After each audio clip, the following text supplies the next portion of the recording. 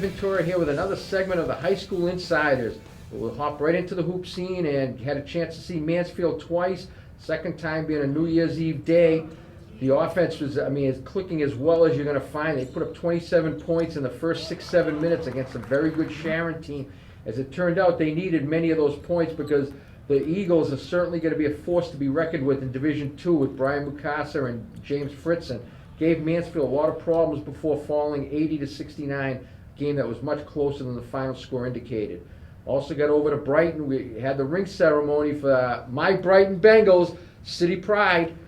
It was certainly an interesting game to say the least. They took on Springfield Central, who's coached by Jack O'Brien, who coached Hugh Coleman when he was at Charlestown, and the two were very close, and you could see the love in the air. You know, Jack was walking through the stands before the game, almost like a Hollywood icon.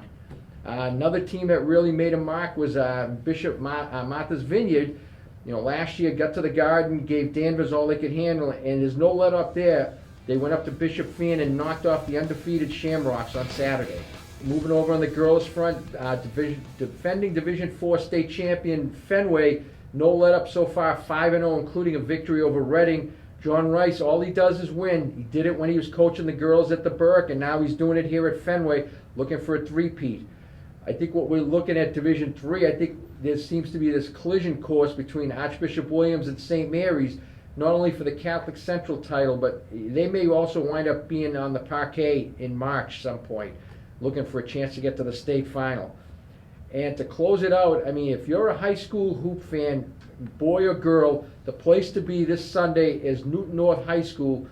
Braintree, #1 in the poll, taking on Newton North. It's a battle for the Bay State carry lead as well as bragging rights. The two split the meetings last year. And that's it for the hoop front. We'll turn it over to Bruce and Jim for the hockey. Thank you, Danny. Back on the ice now, and that means the return of everybody's favorite in the slot author, Jim Clark. Welcome back to the Insiders. Good to be back. Good to see you as always, my friend. Absolutely. Jim, I want to get you started. I'm going to pose a tough question to you. Your first show back this year. You had a great note on the In the Slot blog this week with your rankings. You listed a score: Catholics 10, Publics 0. Super 8-wise, do we have any hope for getting a public school in this year? Well, I always get accused of being pro-public, so this one kind of caught me off guard when I realized what I did last week. But to be honest with you, I'm struggling to try and find a public team that's really deserving to be in the top 10 right now. There's a few that are in that 11 to 15 mix. You got Westford Academy, Reading, teams like that. Just really waiting for them to get one of those marquee wins to jump up there and prove that they belong in that top 10.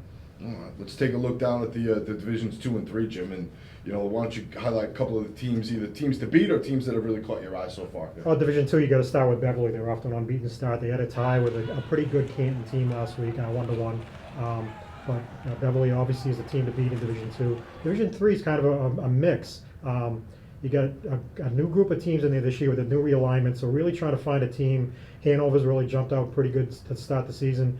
Cohasset's gotten off to a strong start. So it's going to be an interesting year in Division 3 this year. All right, Jim, unlike you, I am on my third #1 team of the year on the girls' side. That would be the same team that finished #1 last year. That is the St. Mary's Spartans. Off and running, they've got no losses, 2 ties, but find a way Spartans this year. They're doing it with defense and goaltending. Lauren Skinny and really stepping up, showing that she's up there with some of the state's best. We had a couple of big upsets last week, and I want to highlight a couple of these teams. Andover is a sleeper team I pegged in my preseason preview. They knocked off, at the time, #1 Arlington Catholic, which was a big statement for them. Winchester, a Division II team, speeding up the rankings. They knocked off Woburn, who would have been #1 this week, with a big upset there, 1-0 the other night as well. That's it for us. We'll have more in the coming weeks, so keep in touch with us at the rinks and on the In the Slot blog. We'll see you next time.